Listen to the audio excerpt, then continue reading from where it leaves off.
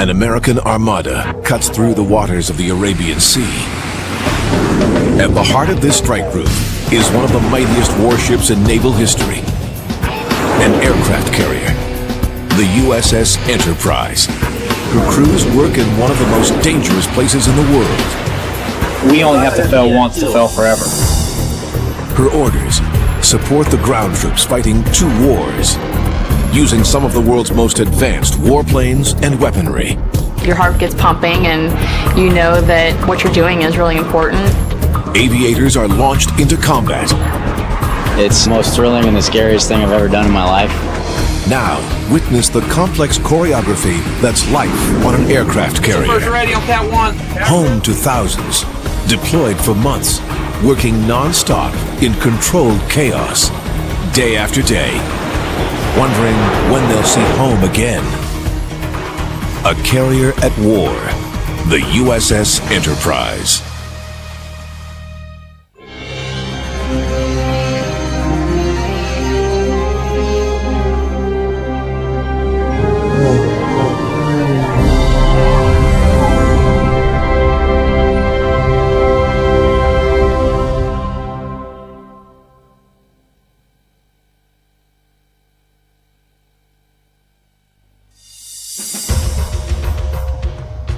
The Enterprise is a floating city, a temporary home to more than 5,500 men and women for almost 7 months on a mission that will span 59,000 miles. Okay, on to the big picture. Naval aviators of Squadron VFA 211 gather in their ready room for one of the last briefings of this deployment. You can plan on me assigning, holding radio. Megan Angerman's one of the squadron's pilots. I grew up flying with my dad when I was little, and then I went through ROTC, and when it came time to choose what I wanted to do in the Navy, I decided that naval aviation would be the best and most exciting job, so here I am. This is Angerman's first combat tour. You get excited. My first time in there, I didn't know what to expect. You know, we had taken off from the carrier several times on training missions, but now it's for real, so now you have extra adrenaline and nervousness.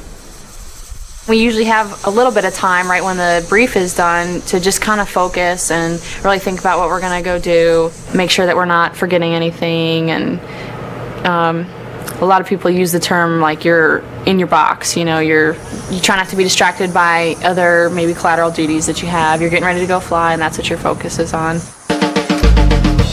Just 29 years old, Angerman sits at the controls of one of the most advanced fighters in the world. A $95 million warplane. Loaded with enough firepower to destroy several city blocks. Boats and air balls. Are we losing low pressure air? Because we're losing first ready on count 1. Airfield. Angerman's one of 230 pilots on deck who, when they are flying, live under the scrutiny of the air boss. Ryman Schoaf controls every inch of the flight deck.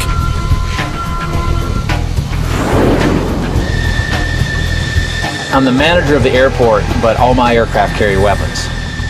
We don't have Delta or American here, but we make a bigger boom.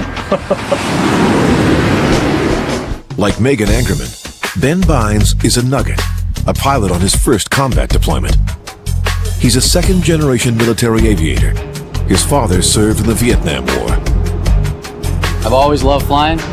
When I was growing up, my dad had a bunch of pictures of his F4 days. He was a weapons officer, backseat F4s for the Jolly Rogers, and he'd tell me about it a little bit. Bynes trained for nearly 3 years to get his shot on a carrier. Over this deployment, he'll carry out dozens of missions, and none will be routine. First time going into a combat environment was a little nerve-wracking, mostly because you just don't want to screw it away. It's a challenge to simply learn your way around the ship. The Enterprise is one of the largest warships in the world. She's nearly 4 football fields long.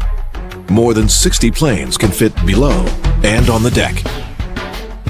She has 4 catapults to launch planes off the ship, 2 at the bow and 2 at the waist. 4 arresting wires to snare planes when they land cross the deck, which is just 250 feet wide. The ingenious technology that allows the Enterprise to launch and land planes took nearly a century to perfect. The first flight off a ship was all the way back in 1910.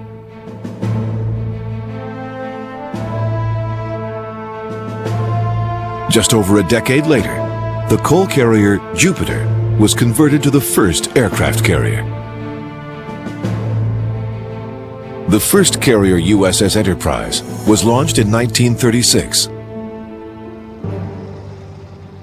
Her scout planes made the initial contact with Japanese bombers bound for Pearl Harbor.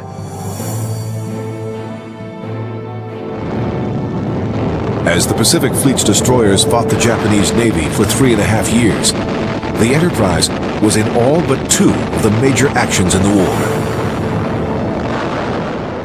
Dawn, May 15th, 1945. An on-deck camera captures disaster. A kamikaze smashes through the flight deck near the stern of the ship. 12 men are killed. 72 are wounded.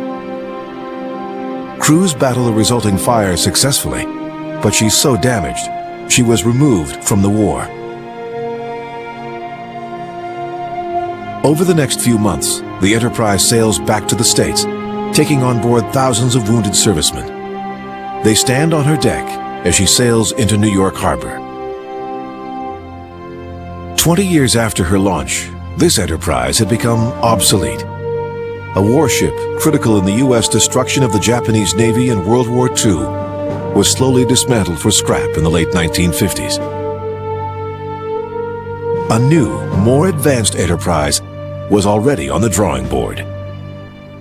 What I tell all the new sailors when they check in is they will go to different ships and possibly even different carriers, but none of them will have the history or the name that Enterprise has.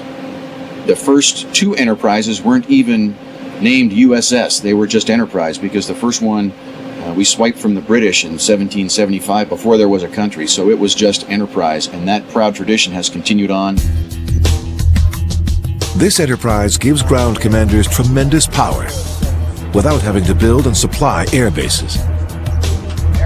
From deep in the Arabian Sea, aircraft can launch and hit targets within roughly a 1,000-mile radius. We provide power projection ashore anywhere in the world, don't require basing rights. Known affectionately as the Big E, work began on the Enterprise a generation ago. She was the first nuclear-powered aircraft carrier built for the U.S. Navy. 8 reactors generate an enormous amount of energy. The average race car has the equivalent of 700 horsepower. The Enterprise, 280,000. She has 4 propellers, each weighing 32 tons. Christened in September of 1960, the Enterprise has borne generations of sailors and naval aviators into conflicts around the world. Her crews sailed in the blockade of the Cuban Missile Crisis. Her sailors served tours throughout America's war in Vietnam.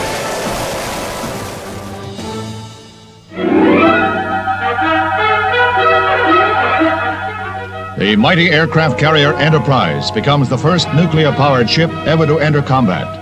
Off the coast of Vietnam, the Big E launches her Phantom jets against Viet Cong hideouts. 4 planes can be catapulted from the Enterprise at one time.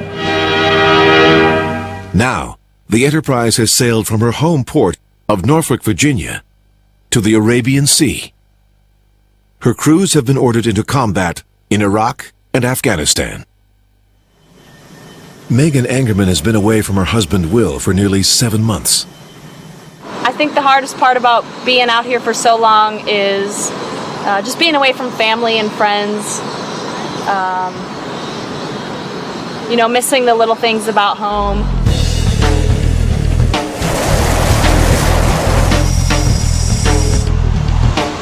For each deployment, the Enterprise carries 8 squadrons of aircraft. The E-2C Hawkeyes conduct airborne traffic control, detecting hostile aircraft.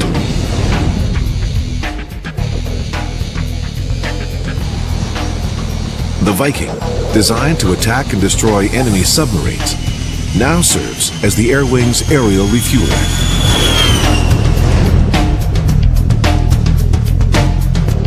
The Prowlers are radar killers.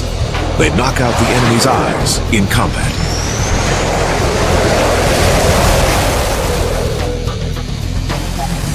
There are 4 squadrons of FA-18s on board this cruise. 3 of the squadrons are comprised of Hornets, fighter bombers, lethal in a dogfight, deadly in the support of ground troops.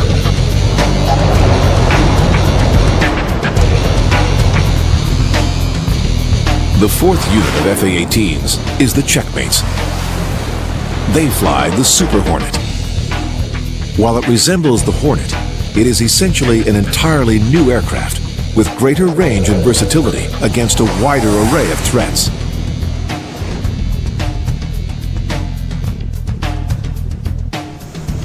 For the aviators and the rest of the crew on deck, the final squadron might be the most important. The Dragon Slayers fly the Seahawk helicopter and have 2 roles. 1, they hunt and kill enemy submarines. And 2, search and rescue.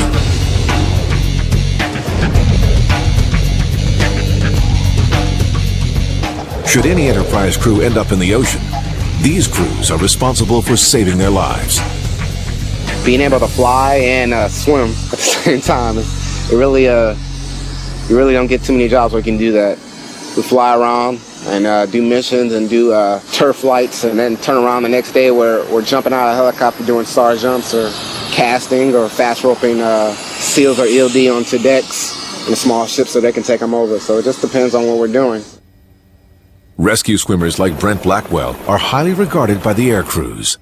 If something did happen and they ejected or their plane went down, we would be right there behind them, jumping in the water, hovering right over them to get them out of harm's way, to give them medical attention.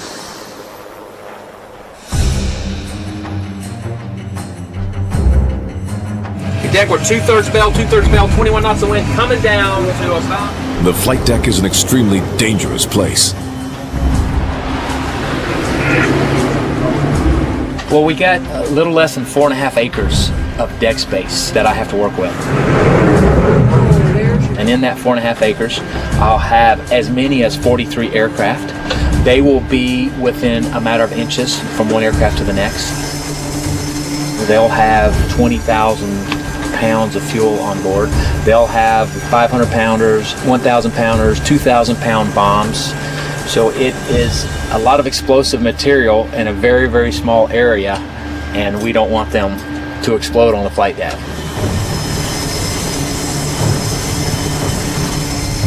Well, the 2 most dangerous times, of course, is when we're launching and then we're recovering. For instance, when we're shooting aircraft, launching aircraft, out here on the waist. I mean, the people that are making that happen are within 10 feet of the airplane, and the airplane is wide open, and it's full of fuel and it's full of ordnance. And when that airplane launches, it goes right over their head.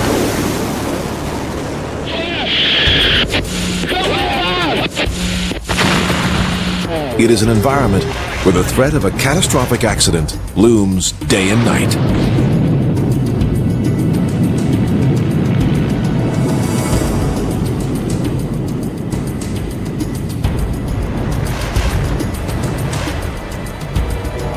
Ugly because it's not like the Air Force. You don't have 10,000 feet of runway and your maintenance people are in the 2 buildings over. I mean, they're right there on the foul line. So it's the proximity of being close to the aircraft is what makes it so different. Because of the constant pace and countless ways one can be maimed or killed, a mistake has fatal implications. Everybody's job here is important. And then if you don't show up and don't do your job correctly that particular day, then no kidding, in this business, somebody can die. And what I tell the folks that work for me is that we have the most unique job of anyone in the world because we only have to fail once to fail forever. Throughout her history, accidents have claimed many. But there is one day when the Enterprise faced her most dire threat. One that nearly destroyed her. January 14th, 1969. The Enterprise is 75 nautical miles from Hawaii, bound for the waters off Vietnam. A rocket explodes on the flight deck, igniting a massive fire. Multiple cameras mounted on the tower and on the deck captured the horrific scene as fuel tanks ignited and more warheads exploded. Flames and smoke engulfed the ship. The blasts from 500-pound bombs exploding on the flight deck tore the ship apart down to the waterline. Burning jet fuel spilled down, creating a suffocating inferno above and below deck.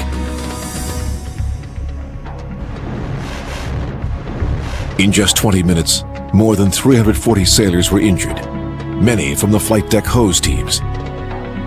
28 men were killed. It is a story told often to those aboard this ship today. Quite often I stand up here and look out and just try to imagine the whole fantail engulfed in flames. There was some heroes that day, without a doubt, yeah, for sure. So I've got a lot of respect for the air boss that was here that day and what he had to go against. He sat here and watched those people die, and he's asking people to come back out and get on the hoses to put out the fire, pull away the bodies to fight the fire. Well, then there was another explosion, and those people died. So he's up here having to tell people, please get back and fight the fire, because he doesn't want to lose the ship. Rebuilding the Enterprise so she could return to duty took exactly 51 days.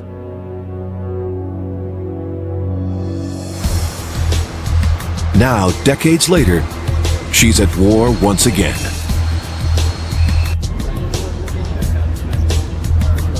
Beginning in the early morning, each squadron starts to prep their planes for the day's strike missions. It's an operation that requires hundreds of people working around the clock. The color of their shirt defines their role. Red shirts are the firemen, as well as bomb loaders. Blue shirts maneuver the aircraft in the confined space. Brown shirts are plane captains, responsible for ensuring the plane is ready to fly. Purple shirts, or grapes, have one task: fuel. Green shirts, in addition to endless maintenance duties, work with the yellow shirts, launching and recovering aircraft. The most recognizable yellow shirt is the shooter. Sean McCarthy spends most of his day just a few feet away from the aircraft he launches. This is exactly where he's wanted to be since he was a kid. Well, like all little boys, I played with G.I. Joes growing up and enjoyed the whole military theme. Used to go to air shows with my grandfather, so I got to see a lot of naval aviation back in California growing up, but now I get to be a part of it. The shooter is the last person a pilot sees before the jet is launched off the deck. There's no job on board that's more exciting than being a shooter up topside. The engineers run the plants and everyone else is driving the ship.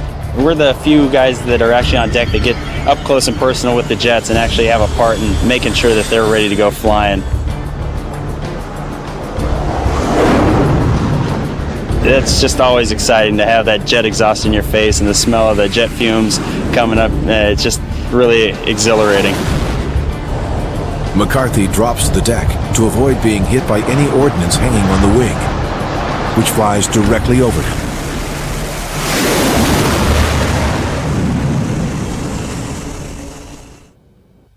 It's easy to forget that what we do on a day-to-day basis is not the normal, everyday thing that every other American gets to do, and it's nice to remember that. Megan Angerman is the lone female fighter pilot in her squadron.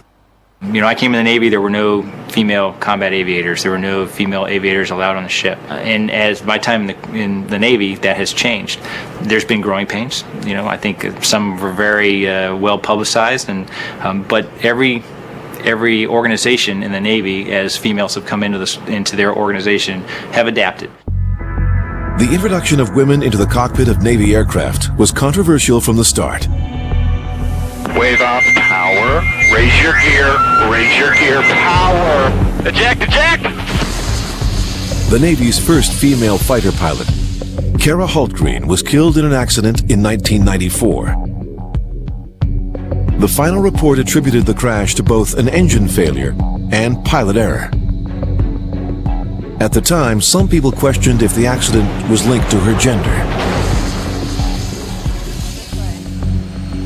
Now, more than a decade after that accident, female aviators like Megan Angerman are commonplace in the Navy. How's it going? She's a nugget on her first deployment to a carrier, and according to her skipper, she's a good one. All right, I'll talk. She actually was, and I don't want to embarrass her, she was the top 5 nugget in the air wing for the entire cruise. In other words, she was the 5th best in landing performance on the aircraft carrier for the whole cruise. So yeah, I'd have to say she's a pretty good nugget.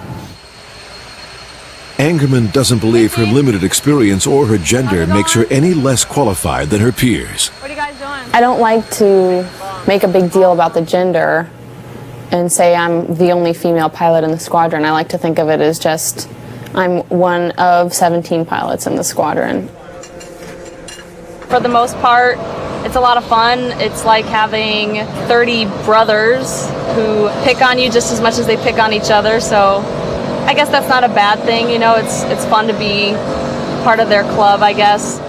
I don't think that I'm any better or any worse than any of the guys, and I just work as hard as I can, and that's all anyone can expect, I think. There's always still good-natured ribbing going on, and that hasn't changed whether you have males or females in the squadron. That's almost like a family. So we got brothers and sisters now in the family, not just brothers.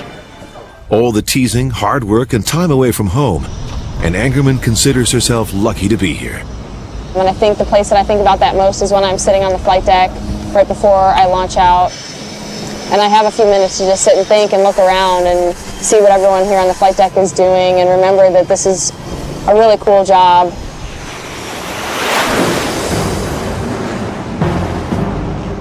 Deployments like this have been underway since Navy strike groups began supporting ground troops fighting in Afghanistan in late 2001 and Iraq in March of 2003.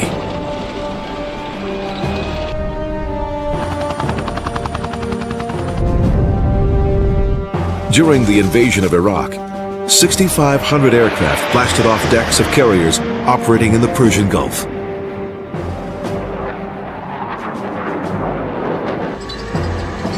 As the ground troops advanced on Baghdad, more and more missions were devoted to close air support.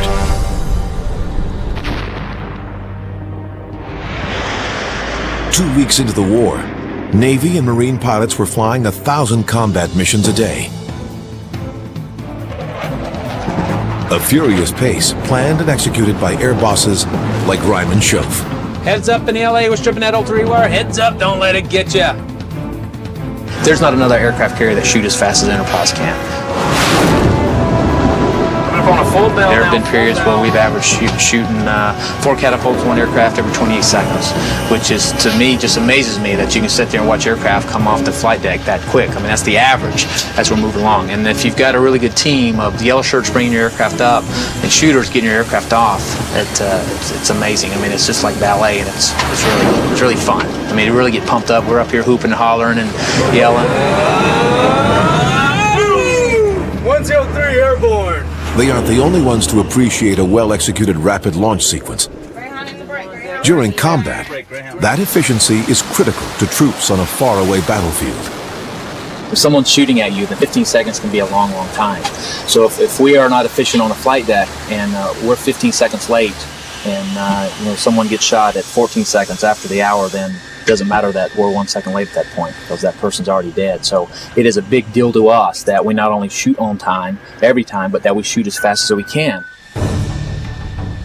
The pressure the pilots face is much the same. And they rely on routine to ensure readiness. Day after day, they train as if the mission were for real. The big thing is make sure you're very methodical. We train pretty extensively for all the missions that we go do. What the goal is to treat it like any other mission. Yes, the adrenaline's going to be pumping. Yes, we're delivering live ordnance against an enemy. bottom line is what we tried to do is to brief so thoroughly and to be so prepared to do our mission that it really didn't matter whether it was a tanking mission around the ship or it was a combat mission over Afghanistan. The same thing applies. I think it's probably the same whether you're a Nugget air crew or whether you've been doing this for 20 years. Anytime you know that the end use of your sortie is to protect men and women on the ground, you want to do your best. We take our targeting very seriously. We go to great pains to make sure that when we employ a weapon, it's going to the right spot and then it minimizes the collateral damage to the surrounding areas. It's something that we take great pride in, and we train so well and so much that when you are out there doing it for real, it is something that I think we're ready for. The pilots on the USS Enterprise aren't the only ones who have to stay battle-ready. Because of their ability to dramatically shift fortunes in battle, aircraft carriers have long been a favored target for enemy attack. From the kamikazes of World War II to the devastatingly effective missiles of modern warfare. To counter threats, the Enterprise has a heavily armed mini-fleet sailing alongside her day and night. A billion-dollar cruiser with the Aegis combat system can destroy any airborne threat launched against the group. A frigate equipped with small guns and torpedoes, able to defend the carrier group from enemy missiles. A guided missile destroyer, a staunch defender against airborne threats. Also, an enemy sub-hunter-killer. A supply ship fills out the surface fleet with its critical mission of keeping up the ship's stores of beans and bullets. The last member of the group is one rarely seen, the submarine Alexandria. She's among the swiftest submarines in the world and lethal. She's loaded with dozens of torpedoes and can launch cruise missiles. The Enterprise Strike Group is equipped with the most high-tech weaponry in the world. And yet, day-to-day flight operations are choreographed on what looks like a board game. Our landing area is our launching area, is our parking area. We only have so much space on the flight deck. We only have so much space in the hangar bay. The Ouija board is what actually shows the space, what we have in relation to the aircraft, and we're able to put the aircraft around in different spots on the flight deck to make that happen. Once on station, training flights give way to combat sorties. Coalition forces generate target designations, a flight plan tailored to those orders. Are you ready on L4? I'm ready to run L4. On board the Enterprise, the handler is given a flight plan every day. He and his crew have to have everything in place to execute that plan. Are you guys ready to move the boat? Pilots like Ben Bynes fly every day of the week. 5 training missions and 2 combat flights. This is where the air wing and the ship come together so that we can put the aircraft on with ordnance, with fuel, getting them out there on time and recovering them on time, getting them turned back around so that we can get back in the air and they can meet the mission requirements of the ship that the ship carries out every day. From an undisclosed location in the Arabian Sea, pilots and aircrew launch in sequence and begin making their way to a designated point in the skies over Afghanistan. Ground controllers will direct pilots to attack certain targets.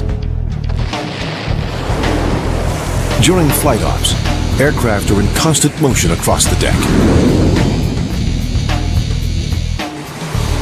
The din of the catapult defines the rhythm of the day and night on a carrier.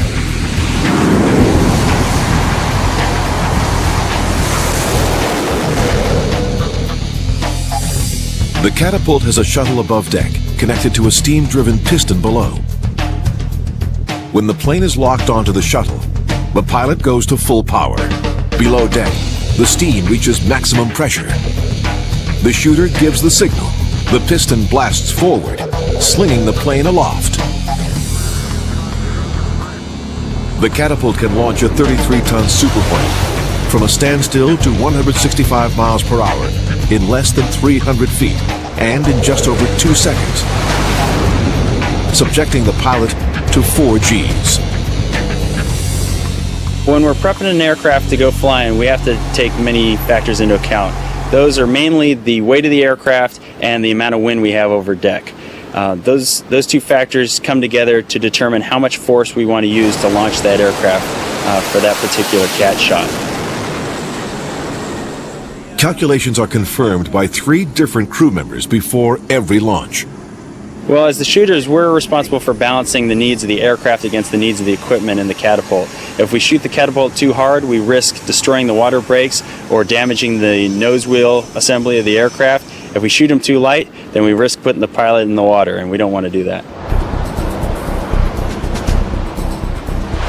When we get launched off the carrier, it knocks the wind out of me, it takes my breath away. You can't imagine how fast it is. It pins you to the back of the seat. Every time I get launched off the front end, it's a new experience. It's not routine. Taking a catapult shot on an aircraft carrier is the best ride that any roller coaster could ever do. I love the daytime cat shot. It's a lot of fun because right when you come off, you see the water rushing by you and everything. It's just incredibly beautiful up there. After the rush of takeoff comes the hard work. In flight, Vines will have to juggle a constant stream of evolving information.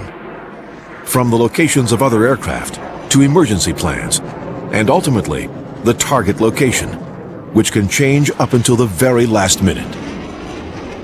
So that when and if they do call you to drop something, you can do it right away, first pass, in a very short period of time and do it accurately. That is where most of your attention is drawn. And you'll feel overwhelmed most of the time. Iraq, when we first got there, they're doing a lot of searching for IEDs, the guys on the ground, convoy escort, thing like that. When we got to Afghanistan, where they actually needed ordnance to come off the airplanes, and that was a really intense experience. There is obviously a little heightened adrenaline because you are dropping live ordnance on enemy troops, but we're training for those exact same missions. So when we do get to enemy territory, we are very focused and know what our jobs are supposed to be. So it doesn't require a, hey, be careful because we're going to drop ordnance on enemy troops. We know what our target is. We're sure of that. We have clearance to deliver our ordnance. We're sure of that, and we're going to do our job to deliver that ordnance on target.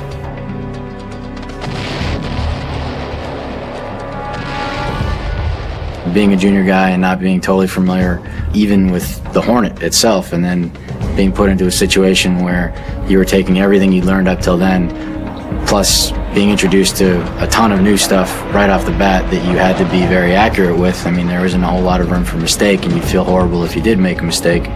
That's a lot of responsibility on your back to make sure that you release that weapon in the proper parameters and hit the correct target.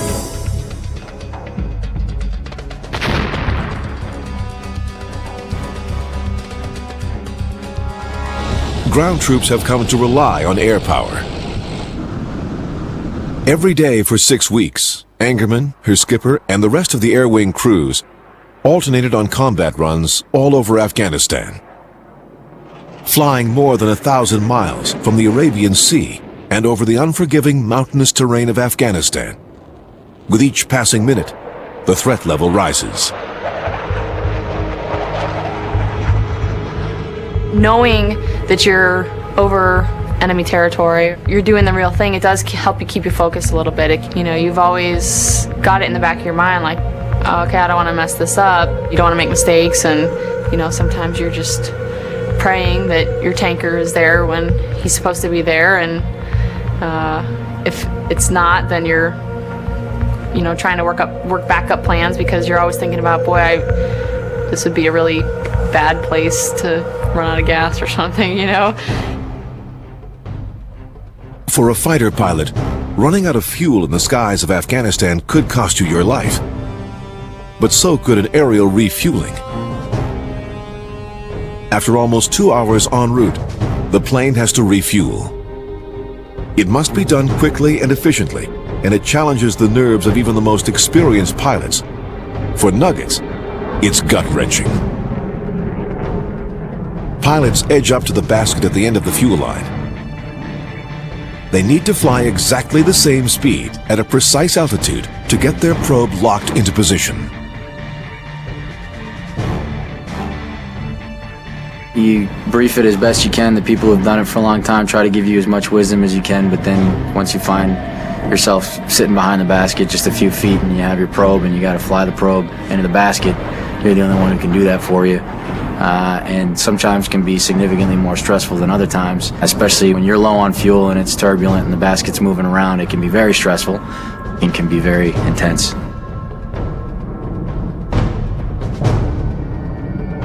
Once they're gassed up, pilots and their wingmen move into what is called the stack, a multi-tiered formation of aircraft orbiting and waiting to be called to attack. There are numerous threats they face once they're in country. Being such a long mission, you're doing a lot of transit time, but the time when you're on station, it's only a small portion of our actual mission. So the biggest concern is that you are ready to do your job for the very specific hour or 2 hours or 3 hours that you're going to be doing it.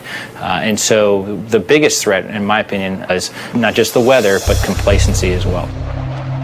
Add to that the risk of crashing in the rugged mountainous terrain of Afghanistan. Afghanistan is very mixed terrain. It has plains and it also has very steep mountains. So you have to be very careful. As we like to say, if you hit the ground, that you're going to be killed 100% of the time, all the time. Compounding that, the enemy Taliban guerrilla forces have some success disrupting communication. They jam most of the radio frequencies, so that can be fairly frustrating. Sometimes you go the entire flight and you can't talk to your wingman. The skies over Afghanistan are swarming with military aircraft. Entering the stack, a layered holding pattern where aircraft circle the battlefields at prescribed altitudes, waiting for their orders to attack. For us in Afghanistan, the biggest threat was running into another coalition aircraft. You have altitude stacks that go just near the surface with your helicopters up to tens of thousands of feet. You're worried about small arms fire, the lucky pot shot that someone might take at you. All of the threats result in a high stress level, which is not necessarily a bad thing when you're flying a close air support mission, or CAS, attacking enemy positions that are right on top of friendly forces.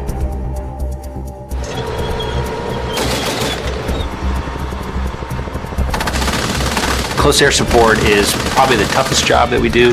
It's also the most important in my mind, because what we are doing is we are providing air support to friendly forces in close proximity to the enemy. So it tests our skills, because what you obviously have to be is the most accurate you could possibly be. Stress is definitely a good thing. It keeps you alert. And an 8-hour mission is a long mission, and you get a lot of stress when you launch off the front end. And then you truck in for an hour and it's not so stressful, and then you check in with your JTAC, the air commander on the ground, and it's incredibly stressful again because you want to do really good work for those people down there. So it's peaks and troughs the whole time. Coping with the ups and downs is easier when Bynes reminds himself why he's here. It's really good feeling like you hopefully did some good for the guys down there. If nothing else, made them feel safer. I can't imagine how much better it must feel knowing that you can just call in a couple Hornets with a bunch of 500-pound bombs and some 20mm cannon, you know, if you got yourself into a situation where you needed it. I like being over there for them. Though specific mission details remain classified, cockpit video recordings reveal some past targets, enemy buildings, vehicles, even troop formations.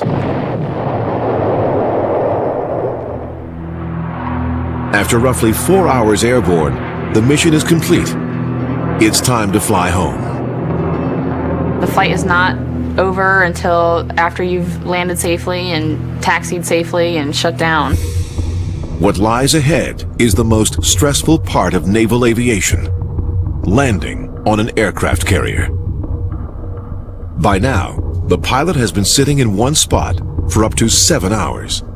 It takes a lot of focus. The landing area is quite small compared to a runway, and it's moving. Our jets fly at a pretty fast approach speed. The landing area is angled off the axis of the ship, So as the ship is moving forward, creating the wind that is required to land on the ship, the landing area is actually moving sideways a little bit. Pilots have no room for error, aiming for a landing area that is pitching and rolling with the sea, and is a fraction of the typical commercial airport. It's the most thrilling and the scariest thing I've ever done in my life. It's inherently dangerous. It's not a natural thing to do, to throw yourself at a large piece of steel at 150 miles an hour. And then it's incredibly precise. So many things have to work, not just on your side, also, I mean, on the ship side. You know, they have to have it set up properly for you, otherwise it could be catastrophic on that side too. And you have a lot of faith, especially in the landing signal officers back there that are there to keep you safe. LSOs communicate directly with the inbound pilots via radio, keeping them on a precise path, confirming airspeed, altitude, angle of approach. All have to be within the strict parameters to touchdown. Ironically, landing on a carrier requires a pilot to go full power. You have to go full power because you need to make sure that you will go flying again if you don't catch one of the wires. If a plane misses all 4 wires that stretch across the deck, the radio crackles with the word bolter. Pilots will once again roar off the deck, as long as they've kept up their speed.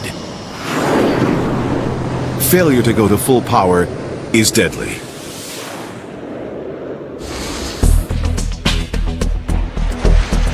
It is the threat of disaster that makes carrier landings a terrifying rush. My heart starts beating fast, and luckily the adrenaline doesn't take over too much until after I land, and then I can feel my legs shaking a little bit, especially on night traps. You're coming in, you're concentrating so hard on making sure that you're lined up properly and that you're on glide slope properly, making the right corrections, listen to the LSO, so you're not really, at least I'm not thinking about the fact that I'm about to land on the ship, and then you do, and then it's over. I wouldn't say there's really a huge sense of relief, just because, you know, we're doing it again tomorrow, and you just kind of always stay in that role. Usually you're just exhausted, and you're like, I'm gonna try to go get some rest before I do it again tomorrow. Every day we look back at the flights and go, yeah, we're happy we got through today. These are the things we need to work on for tomorrow, and these are the things that went really well. We need to capture those and do those again tomorrow. So whether it was combat or not, anytime you're doing carrier aviation, it's a risky business. We try and mitigate that risk through great training and great airplanes and great people working on our airplanes, but it is a risky proposition. So every day, at the end of the day, you look at the flight schedule and it's all complete and all your jets come back. Well, what I like to say is all my people are back home safe. We got all their fingers and toes attached. All my toys are here. It's a good day. Whether you're a veteran or a nugget, being away from home for so long isn't easy.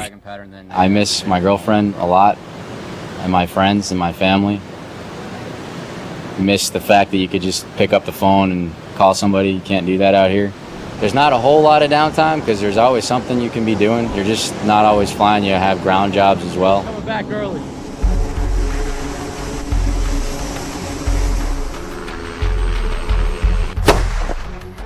Every month, tons of supplies are transferred to the ship, from jet fuel to ordnance. The crew consumes nearly 3 million meals and 35,000 gallons of milk during 7 months at sea. There is a certain challenge to passing the time on a long deployment. It's just like family when you're away from home. Just like family, you get upset with them sometimes, but the next day you forgive them and everything's good again. Basically, you're trusting them with your life. If something happened, they'll be the ones to get you out of it. As you can see, this is actually Curry. We call him Junior. Petty Officer Curry's rack. One of my friends. It's my rack, and this is AZ 2 Barrios. It's really not that bad. You get used to the small space. Every so often, in the beginning of cruise, you wake up and you bang your head on the top, and you learn not to do that again. We actually have lights and outlets in some of our racks. We usually plug up our DVD players and just watch movies or sleep. Most of the time we're playing Xbox. Or brought that TV from home. Blackwell's berth has an arresting wire mechanism running across the floor. This is the number 3 wire that the aircraft actually land on and catch with their hooks. It's actually pretty loud at night. You get used to it though. It's aircraft actually landing on the top of your head, so it gets real loud. In all honesty, it doesn't always go great. I mean, there's some days when people are mad at each other, and some days that I didn't do a great job of keeping their spirits up. But when it comes down to it, I think people understand how important the mission is, but and it's hard to leave home, no matter whether it's for 2 weeks or for 6 months or 7 months or whatever it is. For Geis and the rest of the personnel on the Big E, today is an especially good day. Their tour of duty is done. It's time to go home. Very excited. Can't wait. A long time running. I woke up smiling today. I'm just ecstatic to be going home. I can't really imagine what it's going to be like, but I'm very excited to get there. We're going home! 7 months at sea, more than 8,000 sorties, 2,100 of those into combat. The battle-tested crew of the Enterprise sails for Norfolk. Our squadron matured as we went on this deployment, and I have a squadron now of seasoned combat aviators. Our young folks were exposed to combat on their very first deployment. They're savvy. They know what they're doing. This next deployment we go on, instead of going on cruise with nuggets, I'm going to have a seasoned ready room ready to go and ready to go back into the action. You got a lot of hours, you got a lot of experience under your belt. You're by no means proficient at everything, but the day-to-day tasks become much, much easier. Today is the fly-off. The last day of flight ops for this deployment. And the only day the shooter can wear a toga.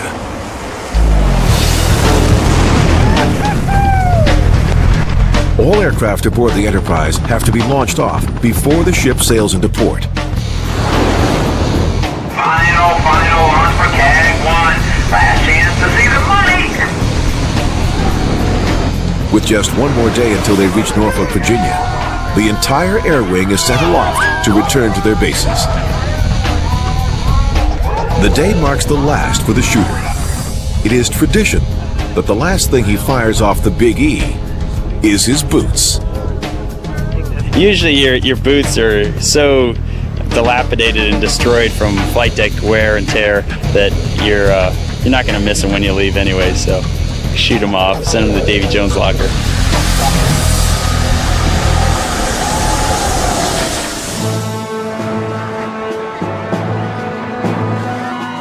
The next day, an estimated 10,000 people line the docks.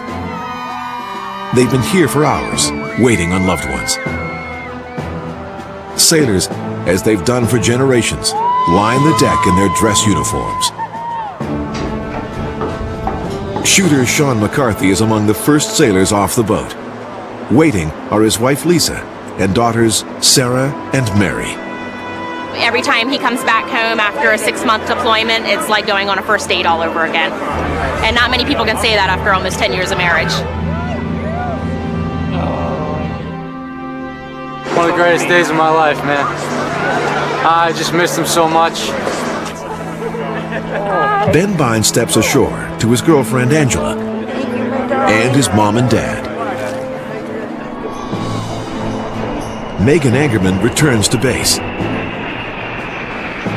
Her husband Will hasn't seen her in nearly 7 months. Pretty excited to see her. Very excited to see her. For many, the reunions are bittersweet. The Enterprise typically would have as much as 18 months before deploying again. Instead, her crews have been alerted that training for her next deployment begins immediately. It's a really short turnaround this time. I don't know why, but usually we rotate, but we're actually going back on deployment real soon. So I guess it's part of the job.